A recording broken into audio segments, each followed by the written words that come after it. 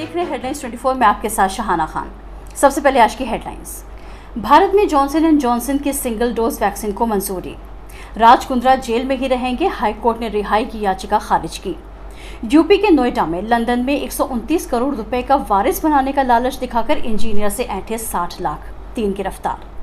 ED के मुताबिक कुंभ के दौरान कोविड लैब्स द्वारा धोखाधड़ी के कारण पॉजिटिविटी रेट में हुआ बड़ा अंतर।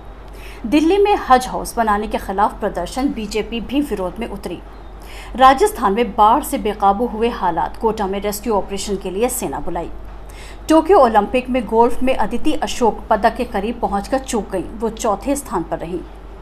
तालिबान के लड़ाकों ने अफगानिस्तान के दक्षिण पश्चिमी हिस्से में देश की पहली प्रांतीय राजधानी पर कब्जा कर लिया है। और अमेरिका में छात्र वीजा के नियमों में नरमी से भारतीयों में खुशी। आइए अब देखते हैं कुछ खास खबरें। भारत में अमेरिकी कंपनी जॉनसन एंड जॉनसन के सिंगल डोज वैक्सीन को मंजूरी मिल गई है। केंद्रीय स्वास्थ्य मंत्री मनसुख मांडविया ने एक ट्वीट करके इसकी घोषणा की। जॉनसन एंड जॉनसन की वैक्सीन सिंगल डोज होगी, यानी इसे सिर्फ एक बार लगवाना होगा। इस वैक्सीन को भारत में आपातकालीन इस्तेमाल के लिए मंजूरी मिली है। इसी के साथ भारत में अब तक कुल 5 कोविड वैक्सीन को मंजूरी मिल चुकी है। कोविशील्ड, कोवैक्सीन, स्पुतनिक, मॉडर्ना और अब Johnson and Johnson. Enforcement directorate ने उत्तराखंड के हरिद्वार में हाल ही में आयोजित कुंभ मेले के दौरान फर्जी कोविड जांच को लेकर धन शोधन जांच के सिलसिले में शुक्रवार को कई छापे मारे।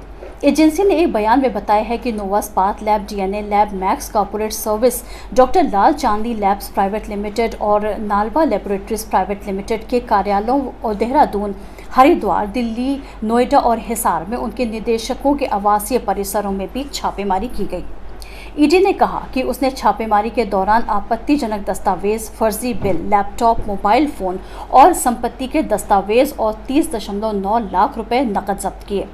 ईडी ने कहा है कि इन प्रयोगशालाओं द्वारा झूठी नकारात्मक जांच के कारण उस समय हरिद्वार में संक्रमण के वास्तविक 5.3% के मुकाबले 0.18% थी।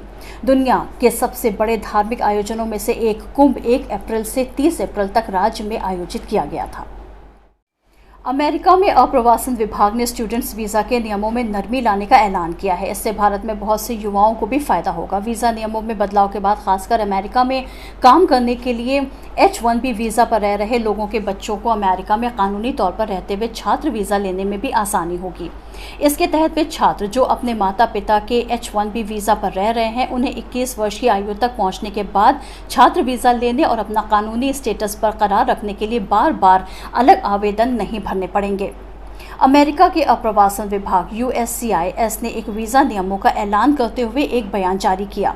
अप्रवासन विभाग के बयान में कहा गया है कि नए नियमों के तहत अब जिन लोगों ने F1 स्टूडेंट वीज़ा के लिए चेंज ऑफ स्टेटस का आवेदन भर रखा है, उनको अब स्टूडेंट वीज़ा के तहत कॉलेज या यूनिवर्सिटी में पढ़ाई शुरू होने की तारीख से 1 महीना पहले तक अपना लीगल स्टेटस बरकरार रखने के लिए बार बार इमिग्रेशन आवेदन नहीं भरने होंगे।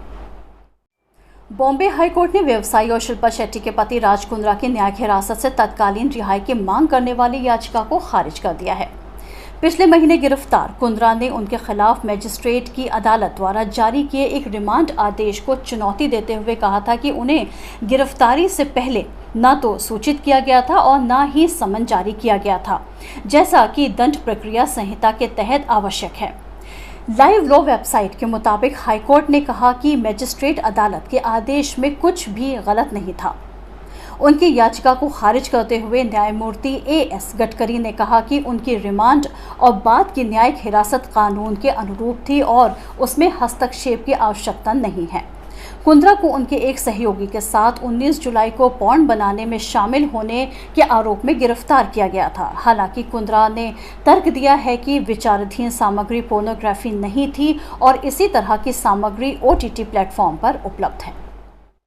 दिल्ली के द्वारका इलाके में हज हाउस बनाने के खिलाफ हिंदू संगठन जोर शोर से प्रदर्शन कर रहा है।